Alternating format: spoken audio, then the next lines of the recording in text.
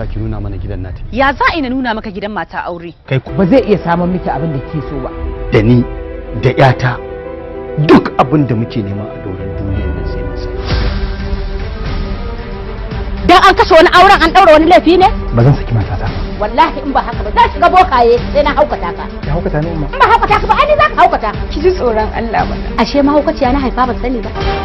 Uzu billahi minash shaitanir rajim. Kike ce ma uzu billahi ni ce shedaniya? Billahi la ilaha illa huwa daukaki zan yi in kai ki wajen hizba. Su gyara miki zaman ki akan irin wannan mummuna ta'ada da kike aiki. Wannan mutumin ku bani da shi. Ni yanzu lahira ta na sani babu ruwana da duniya. Na yi kuskuren auren ka. Ke dai sai dai kasa ta ci naman jikin ki dan ba mai aure. Ka sake ta. Ni ba na cin haɗari. Kai ku kake cikin haɗari. Haba warai. Hawa'u dama 200 nan nake ta tunani to wallahi ba zan biya ba. Ban taɓa yin karo da yarinyar da ta ɗauki hankali na kamar ta ba. Naka bani da kanwa ko ta yar uwa da zan iya cewa zan baka. Wannan yarinya da na ci karo da ita matar ka ce.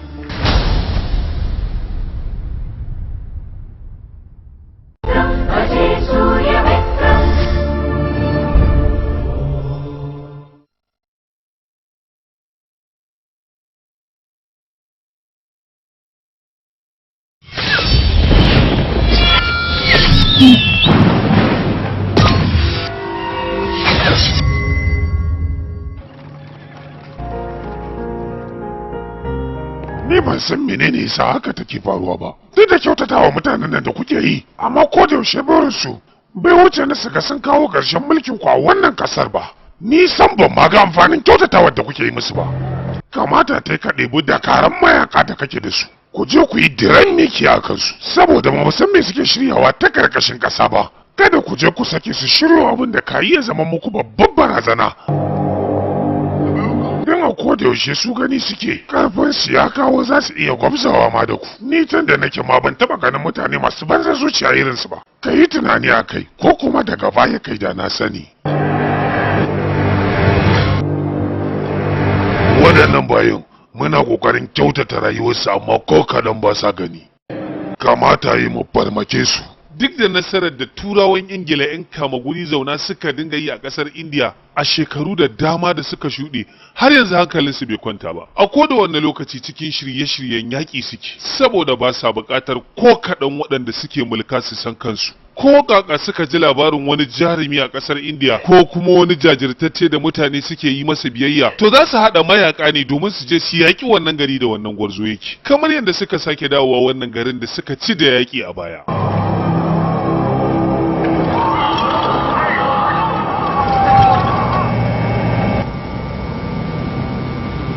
Mazaje! Ku harba!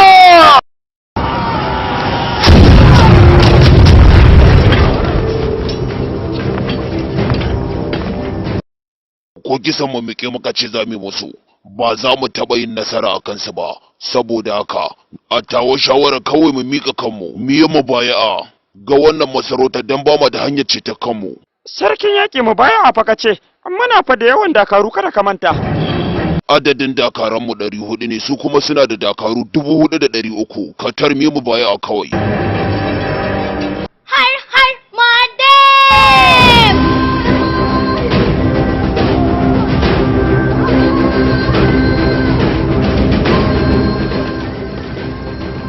Har madem! Cincina wakin biya ba taron Wannan za su kare da mu gabaki ɗayan ba za mu taɓa miƙa musu wuya ba. Ya zama dole mu yaƙe su da kaifin takubbanmu da kuma ƙarfin dantsamu. Ba a san ba indiya da juya baya da miƙa wuya ba. Da miƙa wuya na gwanda a ci gabaki ɗaya ahali na sun mutu. Daga lokacin da mun ce mun miƙa wuya a gare su, daga wannan lokaci mun zama bayi marasa galiwa a idansu. Yaƙi!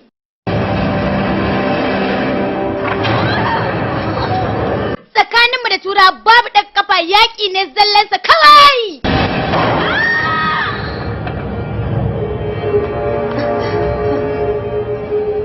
An samu karuwa, sai dai kuma baya motsi. Ko da a ce mun rasa rayukanmu, to za mu dasa 'ya'yanmu da jikokin mu ƙiyayensu ta inda ko da yaushe za su dinga yaƙar su.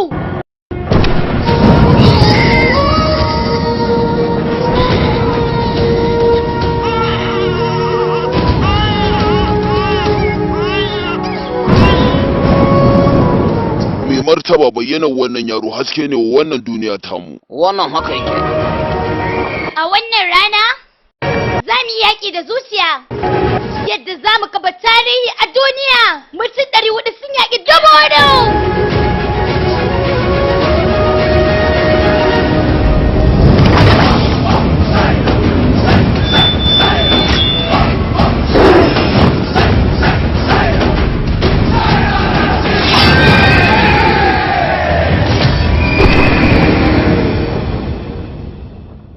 Shafe labarin gimbiya mani karnuka da turawa da suka yi, dole masarautarta ta kuma kafuwa, inda ƙasar ta taso da albarka mai yawa da haihuwar wani wanda ya kasance babban jarumi, wanda shi ma ya kasance ya fito daga cikin tsatsanta ne, don a zahirin gaskiya ma ɗanta ne. Wannan yaro ya girma ne da jarumta ta ban mamaki, ba irin ta sauran mutane ba. Shi kaɗai kan tarwatsa runduna komai yawanta. Ya taso da abubuwan al'ajabi daban-daban wanda kowa a cikin ƙasa yake matuƙar alfahari da shi. Mutanen wannan gari suna masa laƙabi da jikan Bahubali, kuma wannan suna shine wanda ya bi shi. Amma ainihin sunansa Serana Rasimaredi ya zamto musu tamkar wani madubi, wanda da shi suke iya gane ainihin fuskar su. Zuwansa ya ƙara musu ƙaimin cewa su ba bayin wasu bane ba, domin ya taso da izza irin ta kakansa.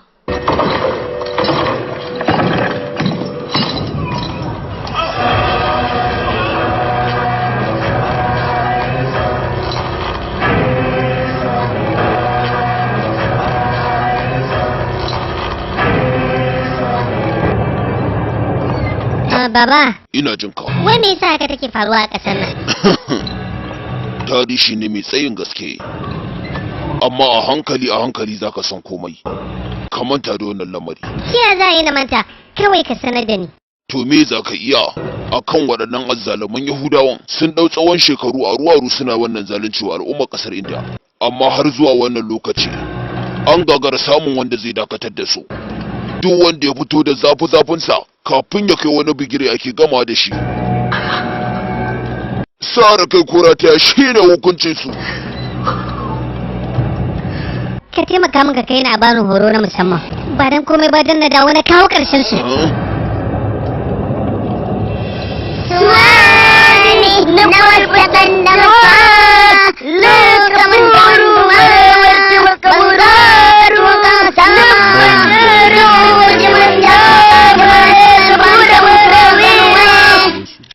Kuma kana ganin kuwa za ka iya? Kawai ka bani horo labai zan iya.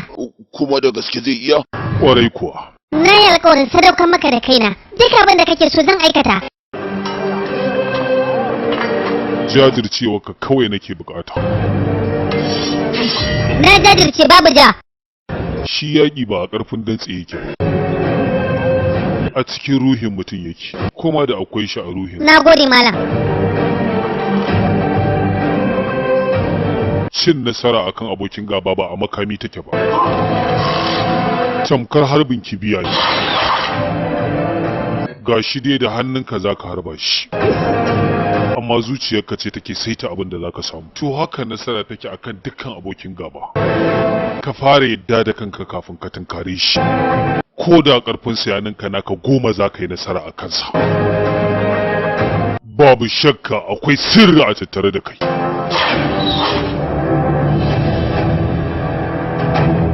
Ko shakka ba na yi kai ne. Tunaninka da lissafinka ya nuna haka.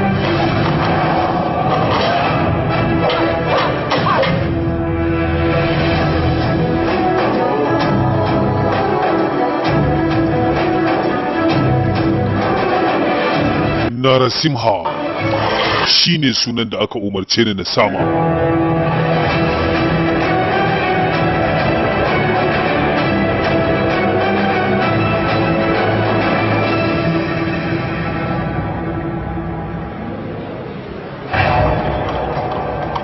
Waɗannan Indiyawan ya kamata mu canja musu salo, tunda yanzu duniya ta zubo mana ido, kamata ta yi mu koma ta salon yaudara, mu shiga jikinsu mu zama su tukunna, daga nan ɗaya bayan ɗaya sai mu fara yi musu kisan ɗauki ɗaiɗai. Wa'annan turawa su ne wanda suka yaƙi mani karnuka bayan sun ci garinta da yaƙi. Ba su samu nasarar mallaka garin baki ɗaya ba, domin a lokacin an sheƙe shugabansu. sai kuma a wannan lokaci suka kuma dawowa domin kwatar yankin baki daya.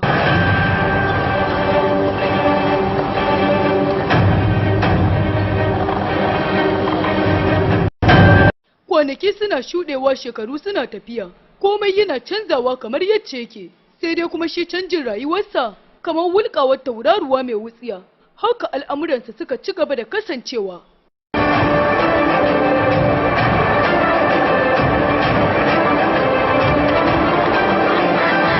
Suwami, wannan yaro ya taso da jarumta, sai dai kuma abu ɗaya da nake jin tsoro, sai dai ina tsoron abin da zai shiga rayuwarmu da shi ya cutar da shi. Matukar Narasimha yana raye, babu wani abu da zai faru, ku kwantar da hankalinku. Shi kaɗansa daidai su ne. Kwatankwacin nasarar Narasimha a kansu daidai yake da buɗaɗɗen hannu, ita kuma tasu dunkulalliya.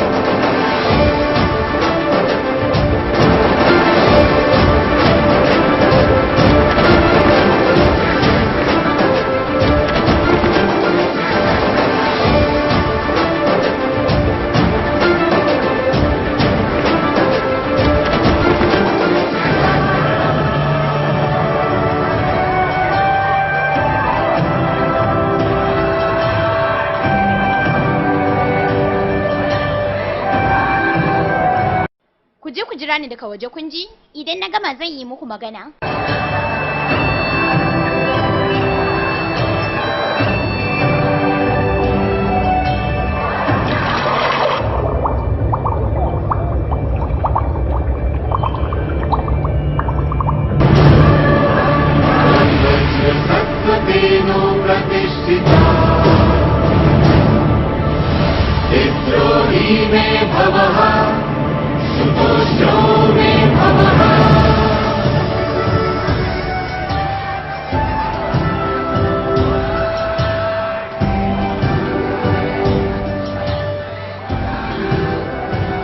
तुम्हारे नृत्य का भी समय हो रहा है, जल्दी करना।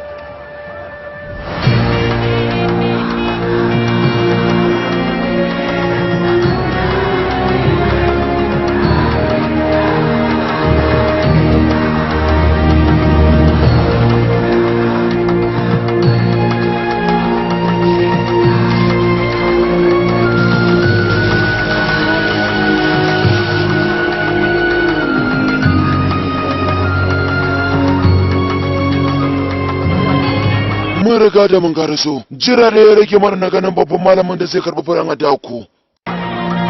Yalla bai shi ba da ya karaso, zai iya mika bukatunsa saboda shi ne wakilin babban malami. To ka ji abin da aka ce, babu damuwa. Ya abun bauta ka karɓi addu'an mu da tsarkin niyyar mu, ka ɗaga darajar masarautun mu, je ni shirira.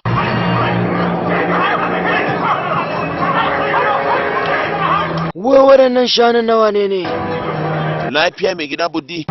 Me yasa zaka tambayi waɗannan shanun nawa ne? Idan wani abin kake so ko kuma wani abin kake yana shirin faruwa ka sanar da ni kawai. Kawai ina son yin san ko nawa ne su. Na Narasima ne. Kana da tabbaci akan wannan magana da ka gaya min? Ƙwarai ma kuwa na mai gida Narasima ne.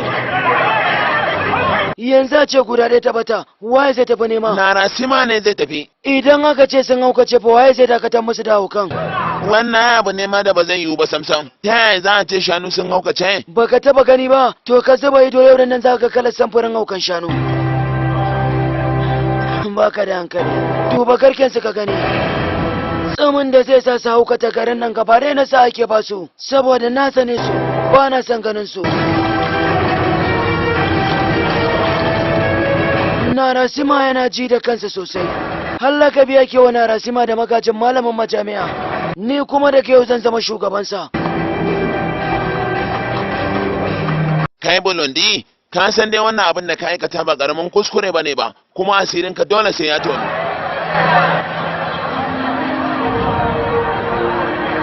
Not me, kina ina?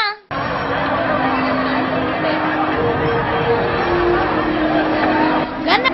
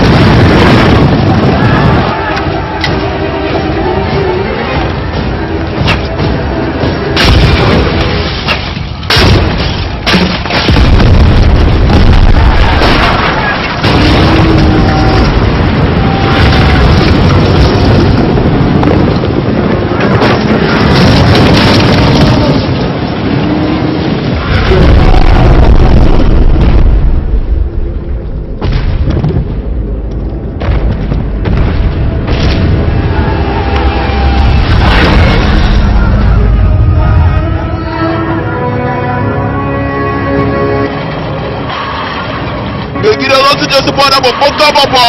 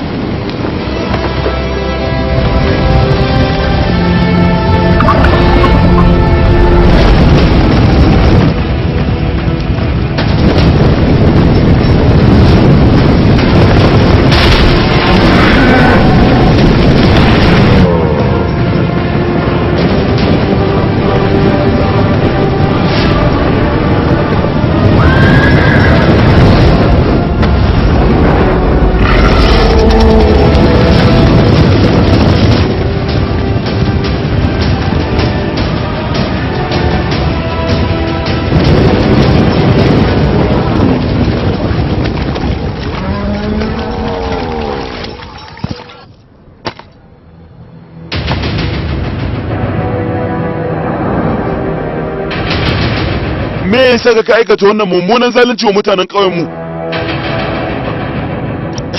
Kai, shi fa bai san komai ba, shani ne kawai, ku wuce waku, kowa ya tafi kunji. Ta yaya babban mutum kamar wannan zai aikata wannan hauka? Dan an faɗa sai ku yadda? Shikenan, ku yi wuce waku, kowa ya koma bakin kasuwancinsa, maza da sauri kowa ya koma ku dakata. Me yasa shi ba sai masa zargin da ake masa ba? Yayin da jama'a sai koma bakin kasuwancinsu, wane kallo kake tunanin za su mana? Ka musu sarkin da ake maka ba su redi, ka cire wa loma shakku na ba kai kaikata ba. Maza ka faɗa abin da ake zargin ka gaskiya ne?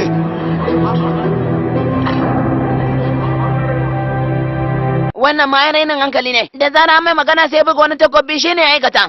Gaskiya ne, ni ma yana goyon bayan shi ne aikata. Wani ma kuwa shi ne aikata. Abokina da gaske ne fa, kaga ya kasa kareta.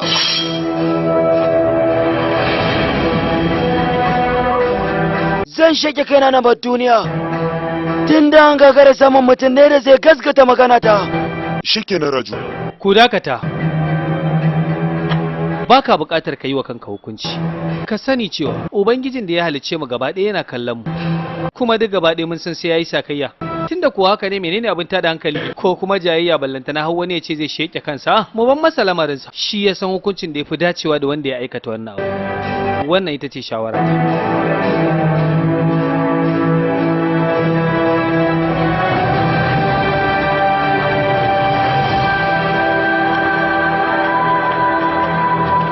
Narasima ready. Dukkanin wani abu da kaga ya faru ni ne nan wanda na kitsa shi. Saboda ni a rayuwata yanzu bana da wani ciwon ido da ya wuce Narasima ready. Kada fa na sa jikinka ya sanyi Narasima ready. Saboda wannan kafcan farko ne ba shiga gundarin al'amarin ba ma tukunna. Ka yi amanna a gare ni, hallau kai mu baya.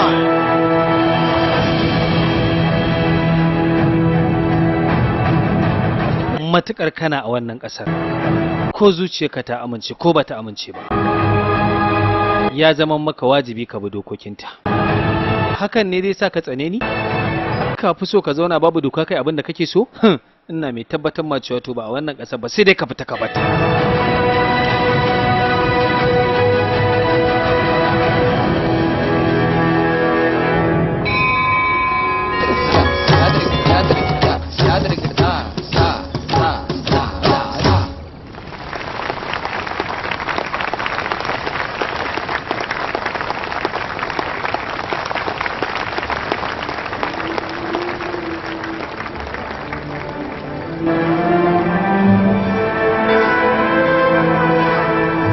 Yayi kyau. Me yayi kyau din? Rawarki mana. Ce biki gani bane? Ga baki ɗayan illahirin mutanen da suke kewaye da nan gurin kin nishadantar da kowa? Ni kuma ba nayi ne dan ayabe ni ba. Nayi ne kawai dan kaina. To akan me zaka yaba? Menene abin bacin rai nan? Dan mutun yayi abin yabawa. Kai kuma kai yabe shi sai zama abin jin haushi. Babu shakka irin ku muke nema. Waɗanda a kowane lokaci za su dinga sa 'yan ƙasan mu nishadi.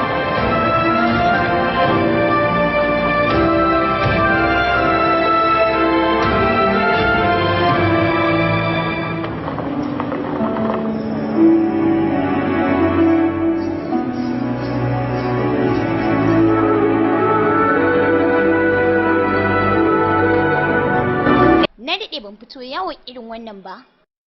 Ga dukkan alamu akwai abin da zai faru da ni na farin ciki.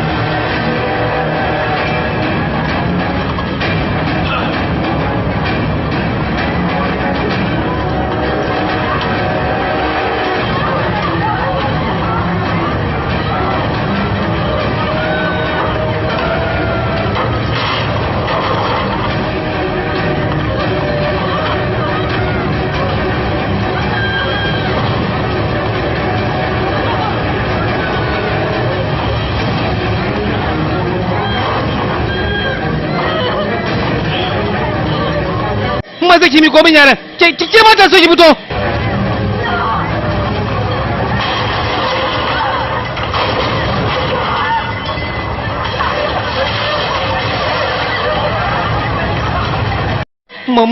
Maza kuje.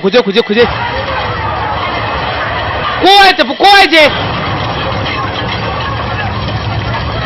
Ina son a gaya mun menene ya haddasa wannan gobarar? Menene ya haddasa ta? Ni da kaina ni ce wacce na haɗa.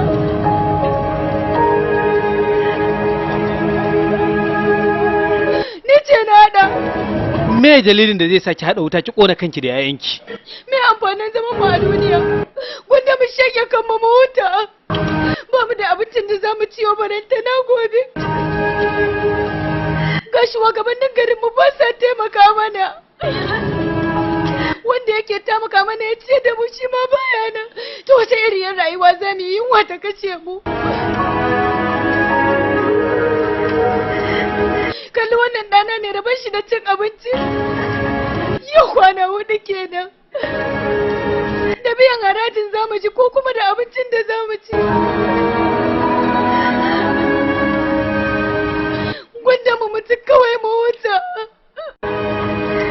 Yanzu ba ku ba mu mutu ba gashi nan da gidan mu ya kone. To yanzu ina za mu je mu rayu kenan. Ba mu da inda za mu rayu. Ba mu da wani waje da za mu je mu rayu a duniya.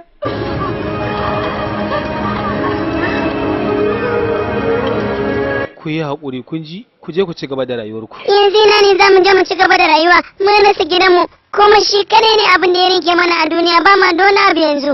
Idan Allah ka taimake mu.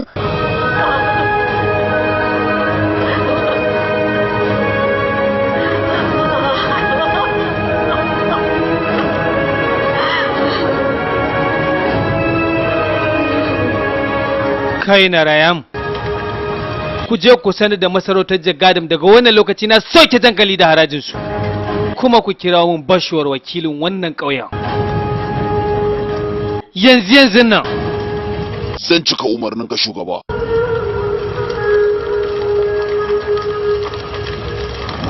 Kada ku damu, ba za su ƙara tabbe ku ba. Za ka mu zauna tare da ku? Mana. To ba ni ne shugaban ku ba, ba dole ina tare da ku ba. Sai nan da kan je mu. A duk inda kake so ɗana, ka manta kuɗin na musamman ne? Jama'a sassanninku, shugaba, na amsa kira da wuri. Yanzu wannan jama'a duk soyayya ce ta saka zauna a nan wajen. Kai Malam Bashuwa, na riga na yanke hukunci. Kada wanda ya ƙara zuwa karɓar jangali a wannan yankin. Waɗannan ƙauyawan, manta da su. Za ka iya mantawa da babanka? Ko dan ka zama karen farautar turawa? Me ka ce? Kwarai kuwa ka zama karen farautar Jagadam. Iye, ka manta ko hidin waye? Ko ma shi waye? Ka gaya masa na hana shigowa ƙauyen nan karɓar jangali. In kuma ba haka ba ransa zai ɓaci. Haka zan gaya mai. Haka za ka gaya mai. Sako ne na baka ka faɗe shi yadda na gaya ma.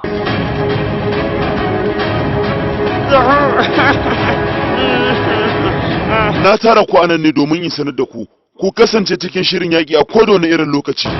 Dama na sani, Narasima shi ne mutumin da zai haifar mana da matsala. Ya zama dole mu ɗabi dakaru mu je mu yaƙe shi a inda yake. Ya ku abokan yaƙi, kun san me tara ma nan wajen? Narasima yana neman ya ballo rigima da tafi ƙarfin mu. Ba zai yiwu ba. Ba za mu yadda da haka ba. Mama goyon baya. Gaskiya ne magana ku. Yalla bai raddi. Kamata yi mu goyi bayan sa kawar da Yahuda wannan. Dala rabu da shi. Wannan magana tasu da yake ba mai yiwuwa bace. Mu je kawai gurin Narasima. Wuce mu je. Mu je.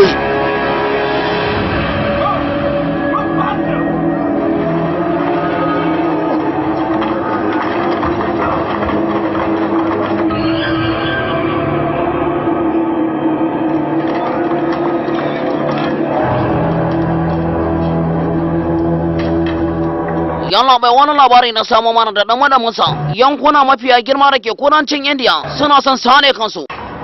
Ko da a ce gabaki ɗayan Indiyan ce ta haɗe kanta me za su iya yi mutu? Ba na jin za su iya yi maka wani abu gaskiya, amma suna da masifafan haɗarin gaske. Kamar ya? Ai, su ba kamar yadda kake zato ba ne, a cikinsu ne da akwai mutum ɗaya na musamman, bai matuƙar ƙarfi kamar zaki. Mamallakin ƙasar Rum, shugaban Paris, Jota da Kamandus, yana gudanar da mulkinsa ne cikin adalci. Mutum ne shi da yake taimakon talakawan wani yankin can daban. Kaifinsa ya fi kaifin reza, ruruwansa ya fi jangarwashi, kaji kaɗan daga halinsa, kuma yanzu kai yake hari. Zan ku dakatar da dukkanin shirinsa. Anya za ka iya kuwa? Na fa gaya maka shi mutum ne da ƙarfinsa ya fi ƙarfinsa da kai ɗari. Kururuwarsa kwa ta zarce ta zaki yayin da yake neman abinci. Sunansa kaɗai ka girgiza mazaje. Tell me in one sentence. Ina nufin Narasimha Reddy. mutum ne shi ba kamar kowa ba. Zai zama kamar kowa ko. Ta yaya kenan? Na bace maka baya da sauki. Iya fitar hucin numfashinsa kaɗai ya fi ƙarfin guguwar tsunami.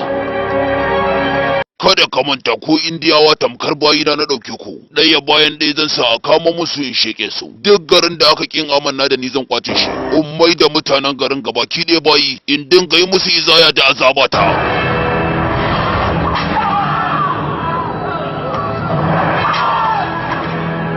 Duk wanda ya aikata kuskure irin nasa abinda zama su kenan.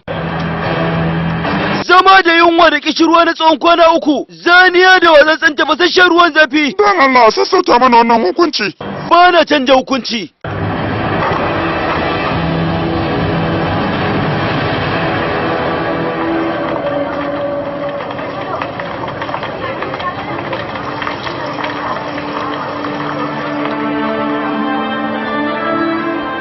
Wannan addu'a ce ta musamman. Ba don komai ba sai saboda wannan aure naku ya dore.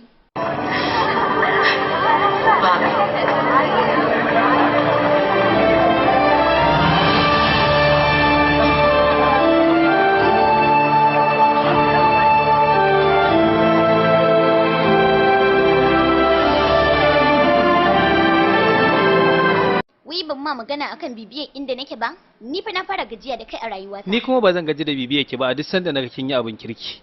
Saboda hakan yana matuƙar burge ni. To ai ni bana yin abu dan na burge wani. To amma kai me yasa idan ne kake cewa ina burge ka? Inda ka san bakin cikin da nake ji idan ina yin wani abu. Da ba za ka zo ba. Sannan ka ce ina burge ka. Ina da abubuwa daban-daban a cikin zuciyata.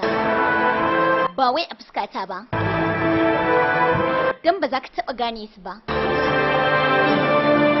In dai har ba sanan ma ne ba. Idan da a ce mata duka irin ki ne, da matsala ta yi karanci. Kwarai kuwa, na daɗe ban ga mace mai ƙoƙarin kyautatawa mutane irin ki. Shi kuma duk namiji mai hankali babu abin da yake nema sama da irin ku. Hakan ne kawai kan sa shi ya zauna lafiya. Ki gode wa Allah. Yabin da kake yi min ya fara min yawa. Kana so ka sa in yadda amma ba zan yadda ba.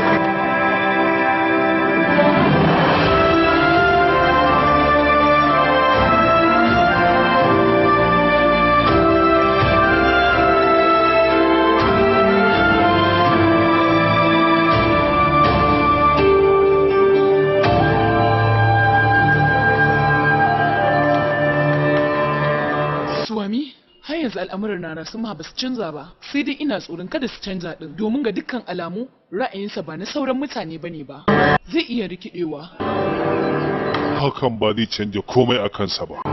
Yana cikin tsarin ƙaddararsa. Kada ki ɗaga hankalinki.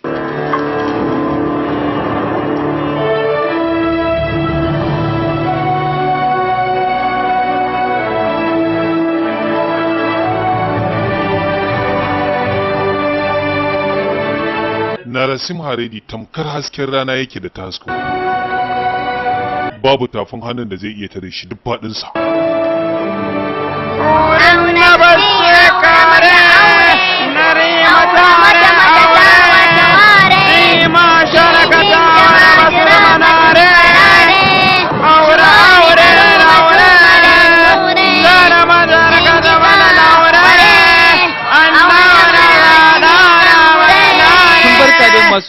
Maza ka tashi na Rasima. Ubangiji ya ƙara albarka a gare ka, ya haskaka rayuwarka, kuma ya tsare ka. Na gode sosai Swami. Mu je. Na Rasima, wannan kaya ne na musamman. Yawa to. Yawa faɗa mai ko. A'a, ki bari dai. Ki dai yi masa bayani. Mama. To shikenan. Menene ake cewa ai mun bayani ya kamata fa na sani. Oh, wani laifin nayi ko kuwa dai? Babu wani laifi da kai na Rasima. Bikinka za a yi yau da wacce aka aura matan kana yaro.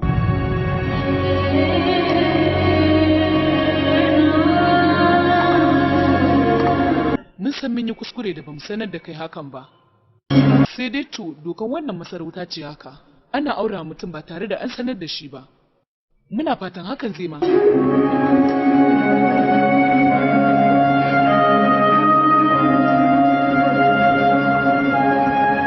Kun kasance lokacin da kuna yarinta da ita, duk wani abu da kuke yi tare kuke yi.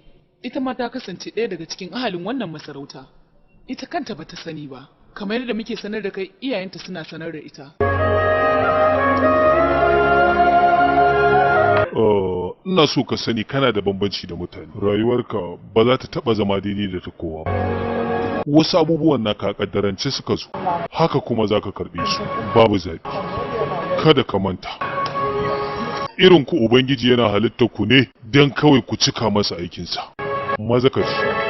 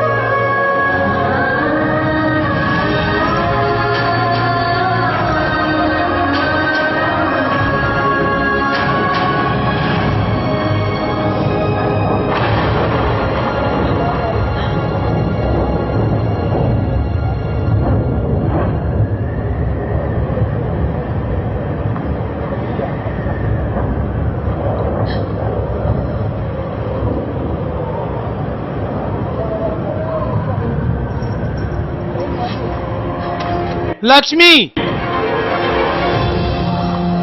Menene dalilin da zai saki kashe kanki? Ko menene ya faru da ke? Haƙuri shine mafita. Haƙurin na kasa yi ai. Shi kansa haƙurin baƙin ciki ya zame min. Ban taɓa tunanin haka a rayuwata ba. Ban taɓa tunanin za ta sauya min izuwa haka ba. Na yi babban baƙin ciki ta ba ni ce na mallake ka ba, kuma na sani cewa ba zan taɓa mallakar ta haka ba. Saboda ni za ki kashe kanki? Kin san girman zunubin aikata hakan kuwa? Duk mutumin da ya kashe kansa ba zai taɓa samun rahama ba. Ya za ki rayuwarki mai kyau ki ƙare ta da mara kyau? Ke da mun ƙaddara ki a hannunki take? Babu mutumin da ƙaddararsa take a hannunsa. Abin da yake a kanmu kawai shine aiwatar da rayuwarmu. Magana ɗisin aiwatar da ita kuma yana hannun Ubangiji. Kuma ke mai ilimi ce, dukkan wannan abin da nake sanar da ke babu wanda baki san da shi ba. Menene zai sa mu yi rigima da abin da Ubangiji ya riga ya kaddarta shi zai fara tsakanin ni da ke? Yin hakan ba komai bane face butulci da ni'imar da yayi mana.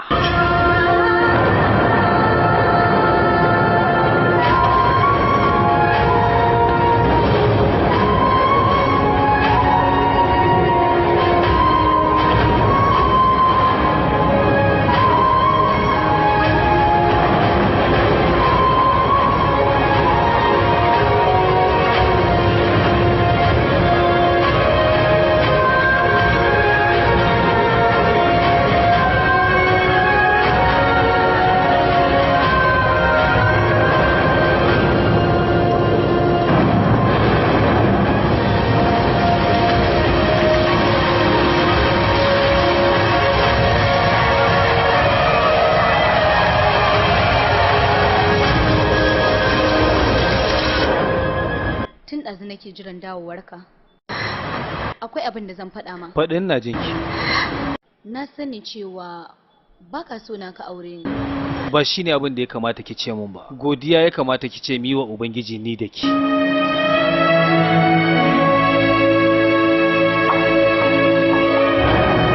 Ko da yaushe a godiya nake ga Ubangiji. Sai dai Ubangiji ne ya sanar da ni abin da yake zuciyar. Ko me ya same ki zama mai fawwala wa Ubangiji. Oh, abin da iyayena suke faɗa kenan. Duk wani abu da ya faru a rayuwata na kaddara shi ga Ubangiji. Saboda shine ma ya haɗa ni da kai, sai dai ban san ainihin zuciyarka ba. Kullum roƙon da nake in na je gurinsa, mijin da zan aura ya kasance mai sona, sannan kuma mai kishi na. Ba abin da nake roƙarsa sai wannan abin. Na sani mai amsa addu'a ne. Shi sa bana kokonto ya anshitawa. Sai dai ban ga alamun hakan a fuskar ka ba. Babban dalilin da yasa nake jin ƙaunarka tana shiga raina taimakonka ne. Duk wani abu da kake ina kwaikwayonka. Ina kwatanta shi daidai gwargwadon iyawata. Hatta bauta da kake yi a majami'a ina zaman jira domin zuwanka. Sai dai abu guda ɗaya. Na san wacce kake so a zuciyarka. Ita ma kuma tana son ka. Dan soyayyarta ta ki boyuwa a zuciya. Har sai da ta fito fili. Har sai da na gane da kaina. Babu yadda zan yi ne. Dan sai na dakatar da komai. Na fito na faɗa duniya ga wacce kake so, ita ma tana son ka.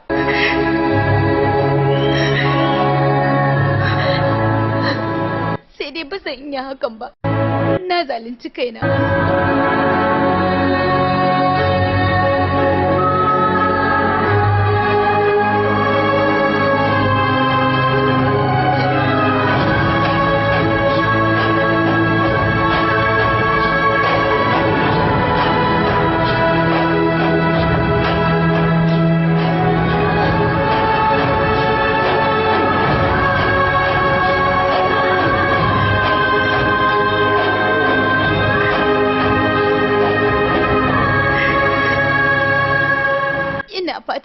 Ban bata ma rai ba.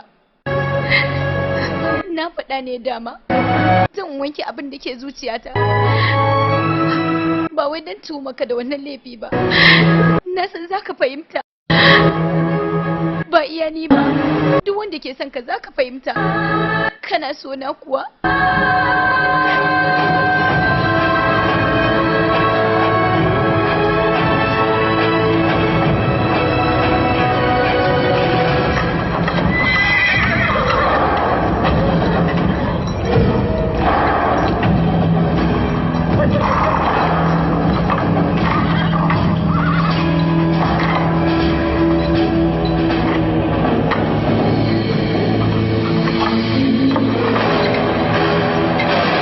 Barka da ƙarasowa shugaba. Yauwa barkanku.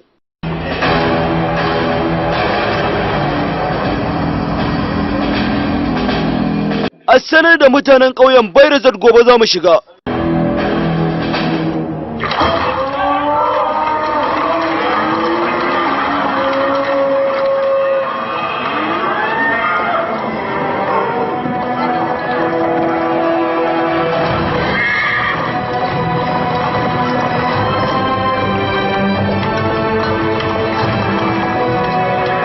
To jama'ar gari, yau ga shugaba ya zo muku.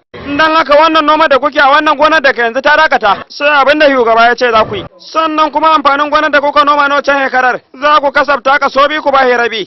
Idan kuma kuka ki gabaki dai ƙauyen zai kwace gaba ɗaya. Ana neman afuwa, amfanin gonar da ya rage mana wanda muke ci san baya da yawa, amma ka gafarce mu gaban muka noma sai mu bayar. Na roƙe ka mana adalci. Mana adalci ya amfani da umarni na kawai. Na ga waɗannan suna ƙoƙarin taurin kai, gonar ma fa zan kwace ta. Ba haka bane shugaba, wannan gonar da ita kaɗai muka dogara. Dan Allah ka sassauta hukuncin da ka mana. Daga ina iyakar gonar nan ta ɗaya? Iyakar ta gangaren rafin can, daga nan kaɗai ta tsaya. Shin idan dai na bada umarni akan wani abu za ku yi aikatawa? Kwarai ma ko menene shirin ka ya daɗe.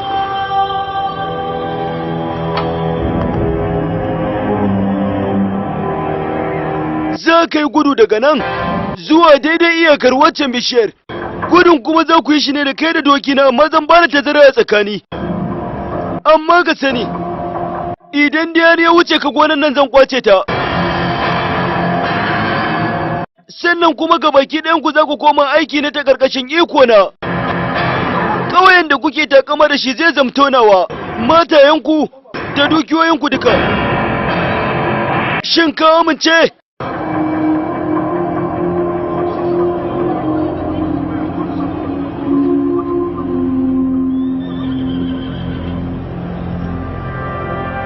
A gabta to!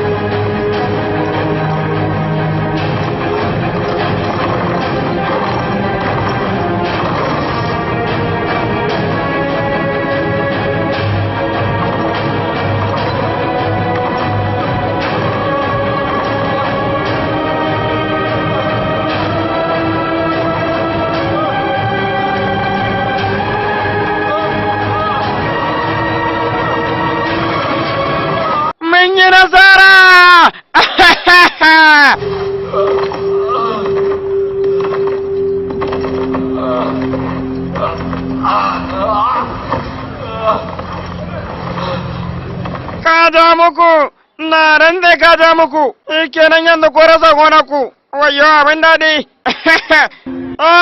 Mai gida, ya gama da gudu ka ƙara bayi wani abin ko zai iya. Sai ke ƙara fita guje.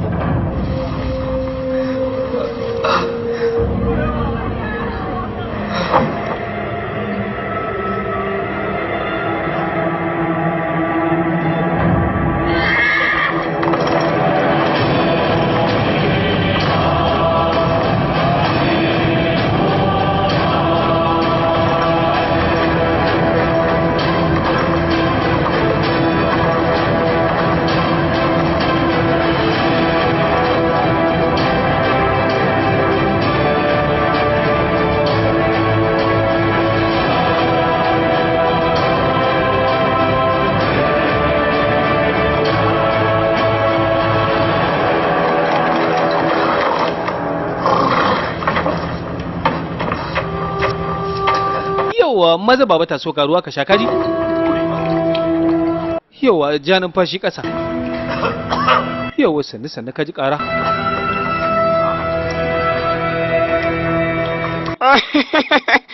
Ga sa higan wayan garin su kuma ya fada nan. Daga inda muke aka ce ya gudu, inda Roki ya wuce shi gona ta zama ta mai gida.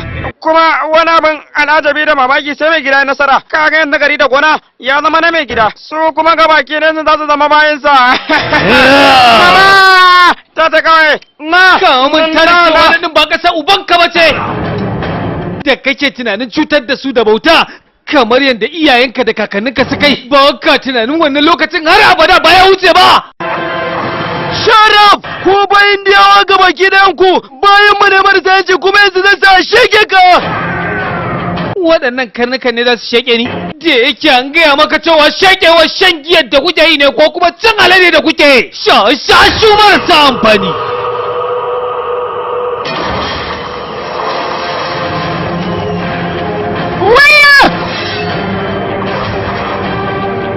Daga wannan lokaci na ɗaura da mara faɗa da ku, matukar ba za ku daina ƙoƙarin cutar da yin ƙasata ba. Matukar ina numfashi babu wani dakikin bayan wutan baturen da zai ƙara cutar da ɗan ƙasata na kalle shi.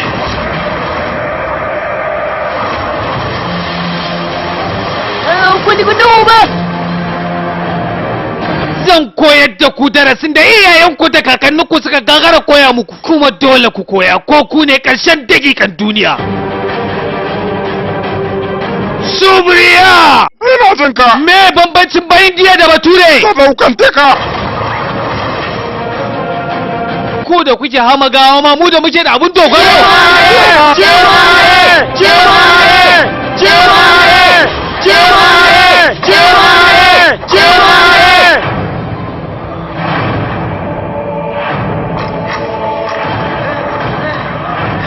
Kada ka yi yunkurin yin harbi don yake ka zasi. Maza ka juya bayan ka ga yadda suka cincirin do. Ko mu je. Please come. ka je ka sanar da iyayen naka su shirya. Na zo. Duk mai tunani a cikin su ya lissafa daman ya san zan zo. Dan zalunci bai taba zama dorare ba.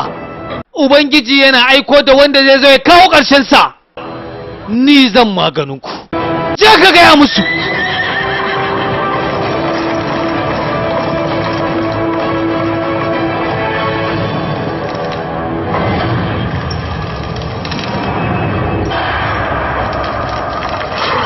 Sake haɓa masa wannan kalantar mai gida? Saboda ya yi amfani da umarnin na Rasima Redi, don haka yi ma dole ya karɓi hukuncinsa. Zan kona shi jira da ɗan azaba da ni ma nake ji. Ka kona yi kuma, ka raba kaya ka yi gaba, ka gaba, ka kona yi mai gida, waya, gabara.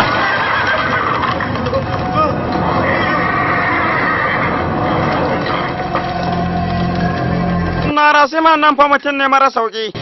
Nan aka manta da hihi ne mafi ala. Mama! Mama! Wannan abin da ya ba zai taba sani na gaza ba. Ne nan sai na ka karshen na Rasima Redi. Da dukkanin wani wanda yake jin zai goyi da bayan sa ka karshe na. Zan biyan kunan su ɗaya bayan ɗaya na gama da su. Zan fara amfani da gamawa da babban birnin su daga yau da nan. Zan azabtar da su kamar yadda dan wana na Rayatu John ya aikata a baya yayin da ya je kwata birni da kuskuren saba harshe idan kai kokarin ba shi hakuri ni yake sana alburushe mutum. Saboda haka watan fara wannan hukunci ya gare ni kuma zan fara ne ta kan Rasima Redi.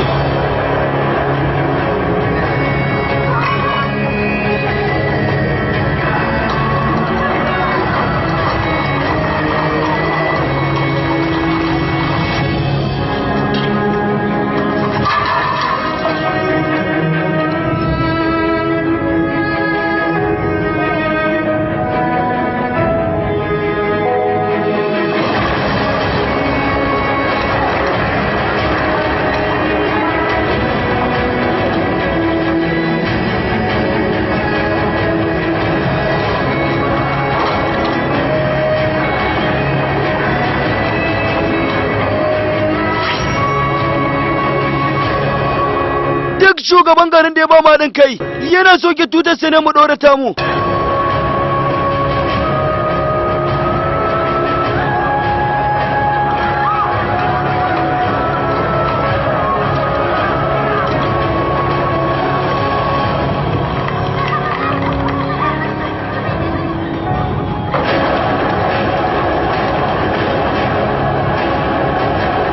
Dole ne mu gwada wa Indiya wannan ƙarfin ikon mu.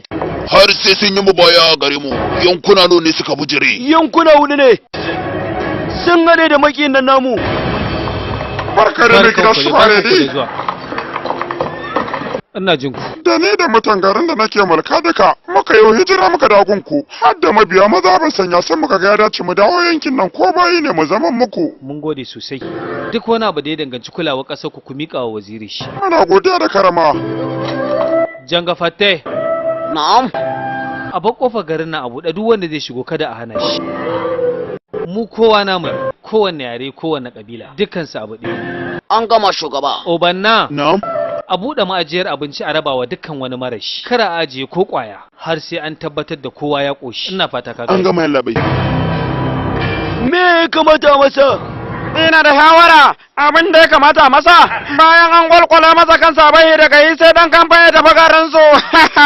Idan aka mai aka babu wani dan aika da idan an aiko shi zai zo garin nan ka sanar za mu zo garin kwanan nan mu yi fata da dukkan abin da ke garin kuma babu abin da aka yi sa'i mu kame ku ga baki ɗayan kuma mai da ku bayi ka ganin zama baci.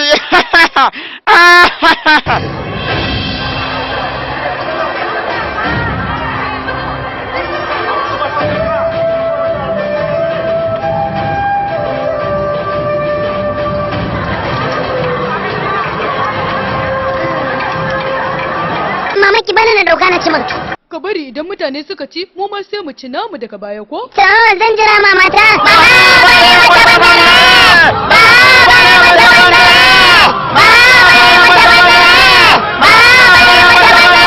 Wannan rana ce ta farin ciki a gare mu. Tumba sama da marama da gara manno da marada. Barkatu barkatul barakatul barkana baraka. Ko mu fara ci mana.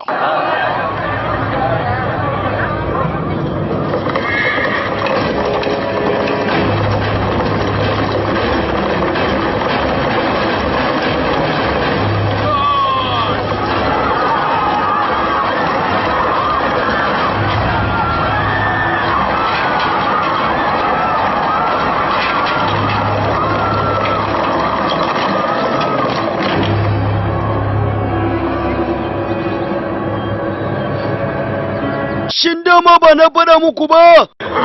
Sojoji maza kwashe amfanin gona duka! Ɗanwa, yau na ranar da aka gama girbi gaba ɗaya. Kuma idan ka tarkata wannan ba da ko guda ɗaya a gida aje. Can ta mana muku ai idan dai mai gida yi kokari ba fita daga cikin garin sai ya kwaye komi ya mai da ku bayi. A wacce rana ba hawa ta rayin kunya ko ka dinga yi ba, yau ina mai ceton naku. Ka gabarce mu mun san mun yi kuskure a wacce ranar ma. Dan haka mun amince da kai amma dan Allah ka rabu da mu. Okay! Maza ka sanar da su abin da nake bukata. Ayu gaba, ku kasa kunne ku saurare ni.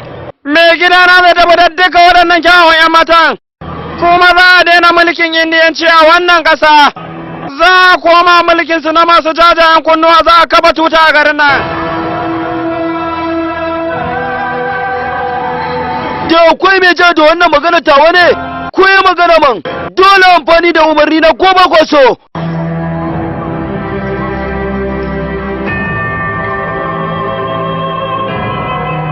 Daga yau din nan gabaki ɗayan ku kun zama 'yan mata na.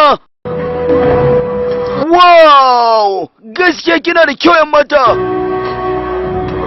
Buɗe fuskar ki na fara ganin ki kafin na je da ke gida. Ku daina kuka don ba zai taɓa sa na ji tausayin ku ba. Ina mai ji da kansa shi sadauki ne. Ina kuma mai ji da kansa shi tsagera ne. Ya bayyana kansa mana. Zan tafi da waɗannan. Ko da mai ja. Me za ku yi wani carko-carko? Ku amince kawai da bukatunsa idan kuma ba ka bai yake ku. Me yasa kuka shiru ku yi magana mana? Dan Allah mai gida. Ka taimaka ka kyale waɗannan 'yan matan ba za mu karaja da umarninka ba. Mun yi alƙawarin gaba ɗaya za mu bi bayanka. Amma dan Allah ka gafarce mu. To me ka ce mai gida? Shi kenan. Zan kyale ku amma dukkanin amfanin gonan da kuka noma ya zama na sannan za ku biya haraji. Daga nan zuwa makonni 5 masu kamawa, maza sojoji ku jawo malankai ku yi gaba.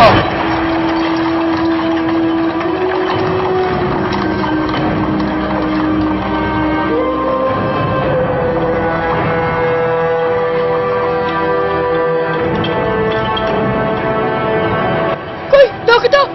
Dawo na ce maka! Ina za ka je ne haka? Kai, ba magana nake ba ba? Kai! Maza ka dawo nan, taho! Kai hakuri yadda mai, yaro ne, maza ka maida! Mama san ma zan ta mai mayarwa ba, saboda aikin mu ne. Banda zalunci ne da sai kwashe masa abinci. Akan me za ka ɗebo to, ka maida na ce maka! Ba zan mai ba. Mama! Wayo dana! Wayo dana! Yalla bai kai hakuri! Wayo! Wayo dana! Dana! Ku sake ni! Ku sake ni dana! Mata shi! Dana! Ku cika ni!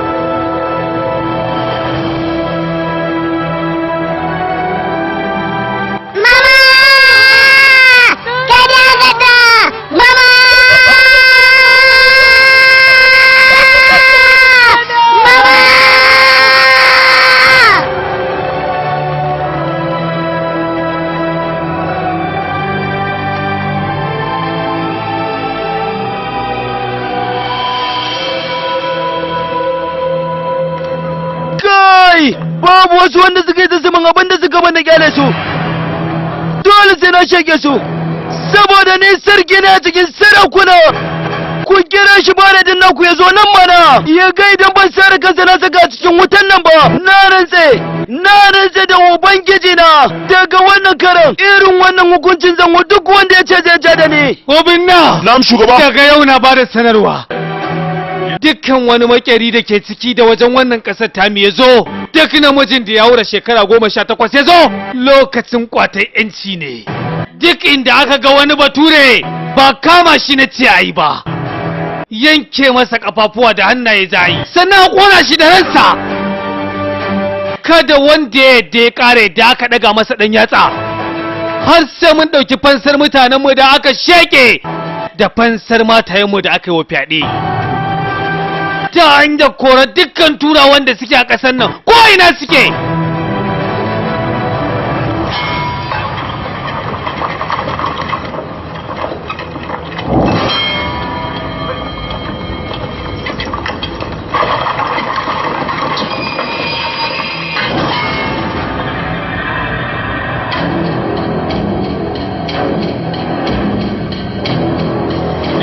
Kun zo kallon hukuncin abin da zan masa ne ba?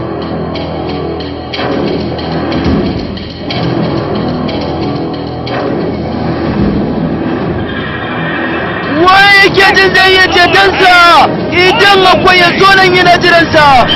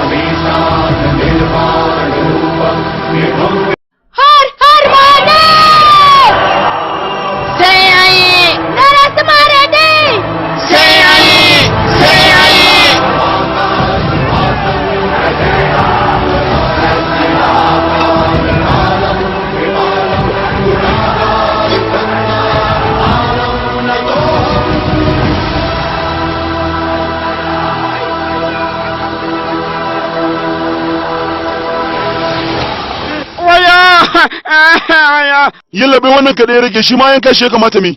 Domin hadda shi ake kulla tuggun da ake kashe mu. Ni fa bawa ne kawai a gare shi. ƙarya yake shugaba, ka yanke masa hukunci kawai, mun danka ma komi. Monarmi! Aikensa zami ya kai musu saƙo. Ku yanke mun kan jakin nan ku bashi ya kai wa masu gidansa. Ku ɗaibe min abincinsu, mu tafi da shi mu raba wa mutanen da suka zalunta suka kwace musu nasu abinci. Soldiers, get ready!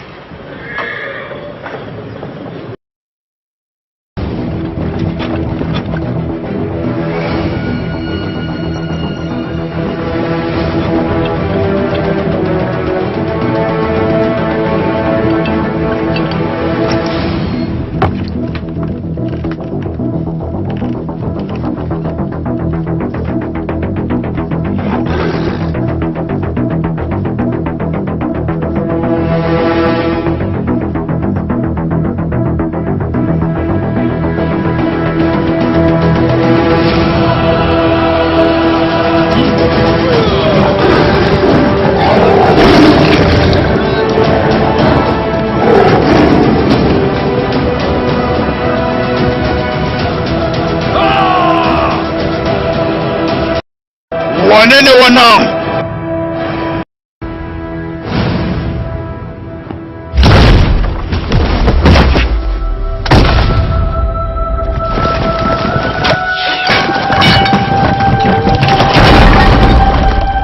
Nasima ɗalibi ne ga babban malamin majami'a.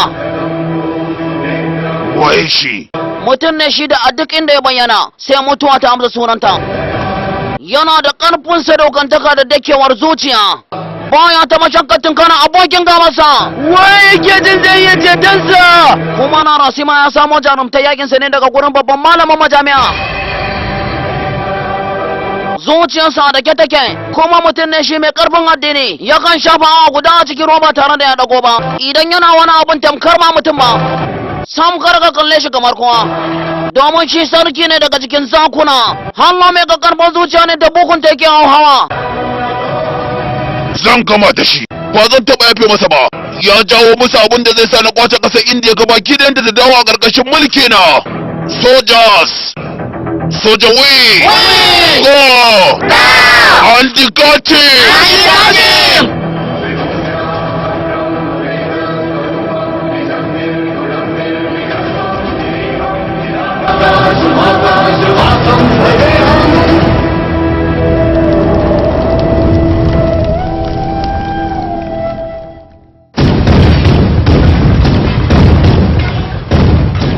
Ina tsorace maka tunkana waɗannan mutanen shabaredi, domin kuwa ba sa da sauki. Kai ba takobi ne da kai, su kuma albarushi ne da su. A haka kake tunanin tunkara su, kuma kake son mu koya maka baya, kai ma ka san wannan abu ne da ba zai yi ba shabaredi. Karbi takobinka, ba mu amince ba. Matsorata.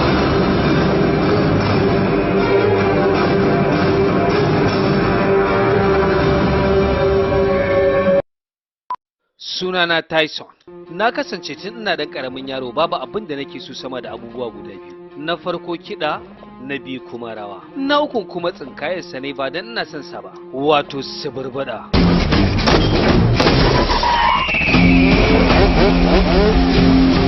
Duk wani abu da ka gani a rayuwa yanayi ne yakan sa shi ya canja daga yadda yake. Gabaki ɗaya bayanan ƙwaƙwalwarsa sun nuna cewa tana bugawa sama da yadda ya kamata ta buga. Mu shege shi. No record, no report, no relatives. To amfanin me zai mana?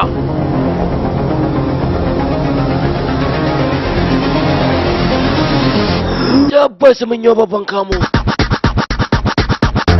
Kamar yadda soja ya san marafa da mashekar mutane, mahauci kuma ya san darajar nama, mawaki kuma ya san darajar kiɗa da waka, to haka ne ma na san darajar sheke dukkan wani makina.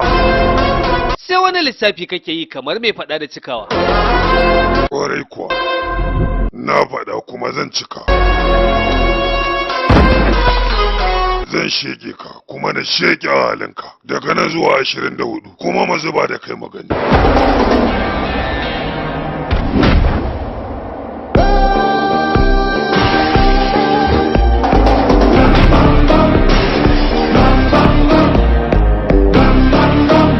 Da akwai wasu ne ko kuwa su kenan yin jagaliyan naka sun kare. Ina son mutane 'yan kuri irin ka. Kiran mutuwa sabon kafta daga kamfanin Sultan masu burbada yana nan tabe.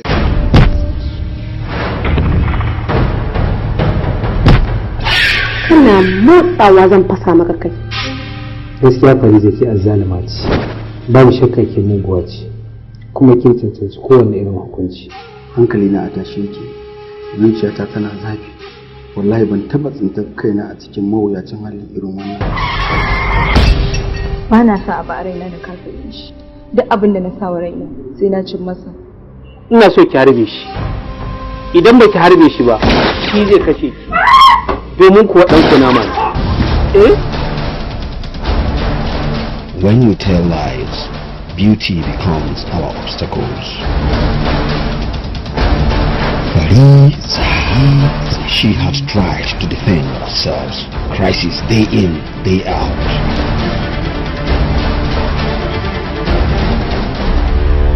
Malama Fariza, harbi na farko an ce kin yi shi ne kamar cikin tsoro. Harbi na kuma biyu an ce kin yi shi ne kamar dalili. Kuskure idan na kashe Aiman so 100 akan abin da ya aikata. Idan junan ki sun mutu, wasu sun riga ki kwana. Duk kuma wanda ya riga ki kwana, zai riga ki tashi. Ni fa kuɗi na zo nema Fariza. Dole sai kin daina ɓoye min komai. Hanyar ku kana cikin hankalinka. Na fahimci a rayuwarki babu abin da yake gaban ki. Sai da kuɗi. Sultan Film Factory presents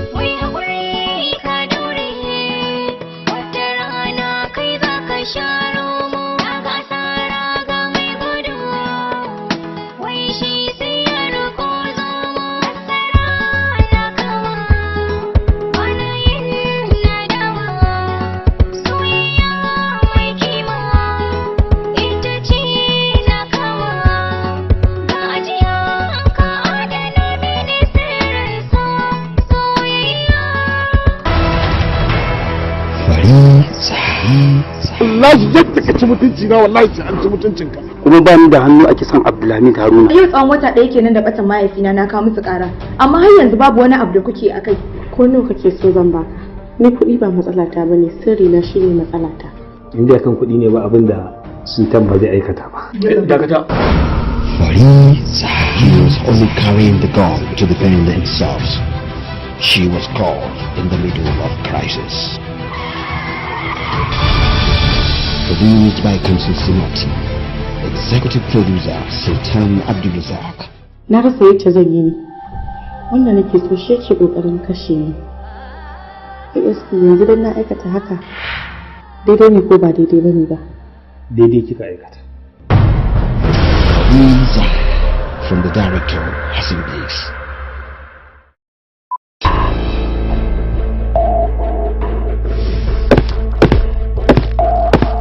Kai daɗe audigara. Hai! Ba na son wannan sunan da ne yanzu ko ka kira ni da kaftin ko ka kira ni da samanja.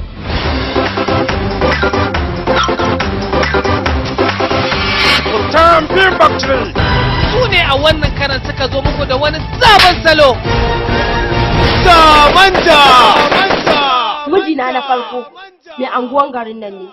Mijina na biyu ɗan kasuwa ne. Mijina na uku sarkin noma.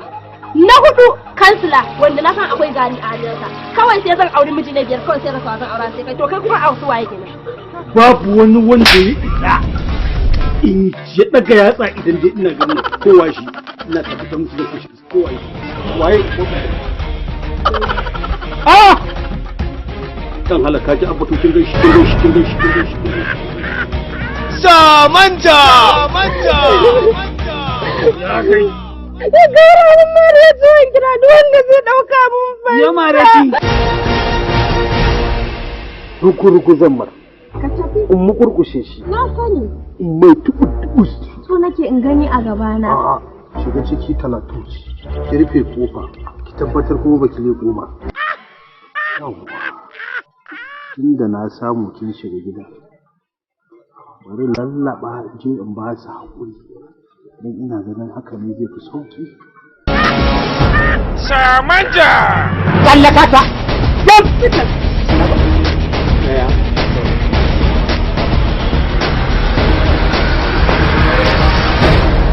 to je kada ka waje turo maka ita anan nake son mu yi magana da ita to shikenan bari in ka maka ita ba zan taɓa daina son ki ba har sai kin fahimci soyayya da nake miki ta gaskiya ce wayo na shiga uku wallahi na tsane shi wallahi ba na san shi Samanta duka bugun numfashi san ki ne ke da duwa zo ki da rarrashi raina ya bar yankunci duka bugun numfashi san ka ne ke da duwa zo ka min rarrashi raina ya bar yankunci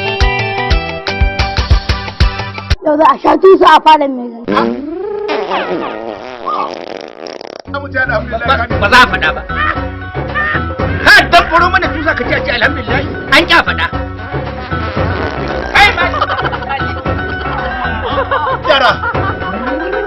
Gyara lafiya. ai baka sani ba ta taho na tare ta yunkuro na dafe ta zaburo na tare tana zuwa kan boda sai ta but sai ta fice wallahi Samanta Shiryawa Abaka Bugawa Daukar nauyi Sultan Film Factory mataimakin mai bada umarni Kamsu Sumati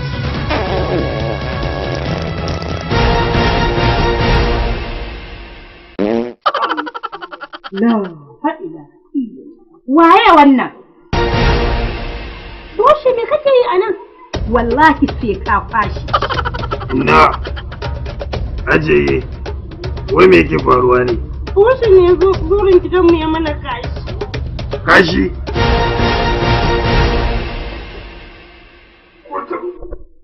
Wallahi kashi ne. Kai, karatun da za ka yi ma wannan kashi sai a tsoron gidanmu. Duguna ka cinye shi. Ba za ka duguna ka cinye shi ba. Ba da umarni sai na Ali Muhammad. Samanta!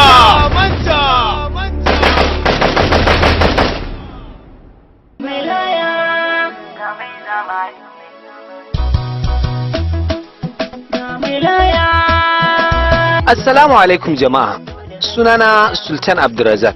Ina mai farin cikin gabatar muku da YouTube channel ɗinmu mai suna Sultan Film Factory.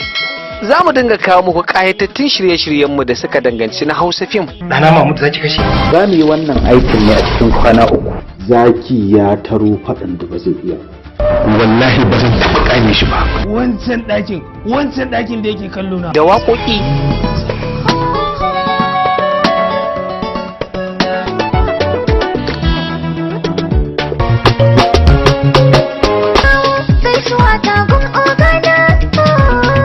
Har ma da fassarar fina-finan Indiya. Hanya ku ba tashi dami da daddare mu sheke shi ba. Wayyo!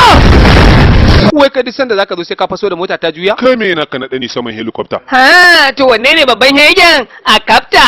Wayyo, ka karbo ni ne, mahaukata! Wai! Sai ya ƙoshi. Ni ai bana jin yunwa. Ni ma na ƙoshi.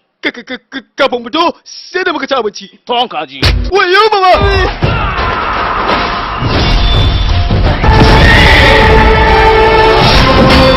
Sannan za mu dinga kawo muku shirye-shirye masu dogon zango duka a ciki. Ummi ta faɗa cikin tarko na.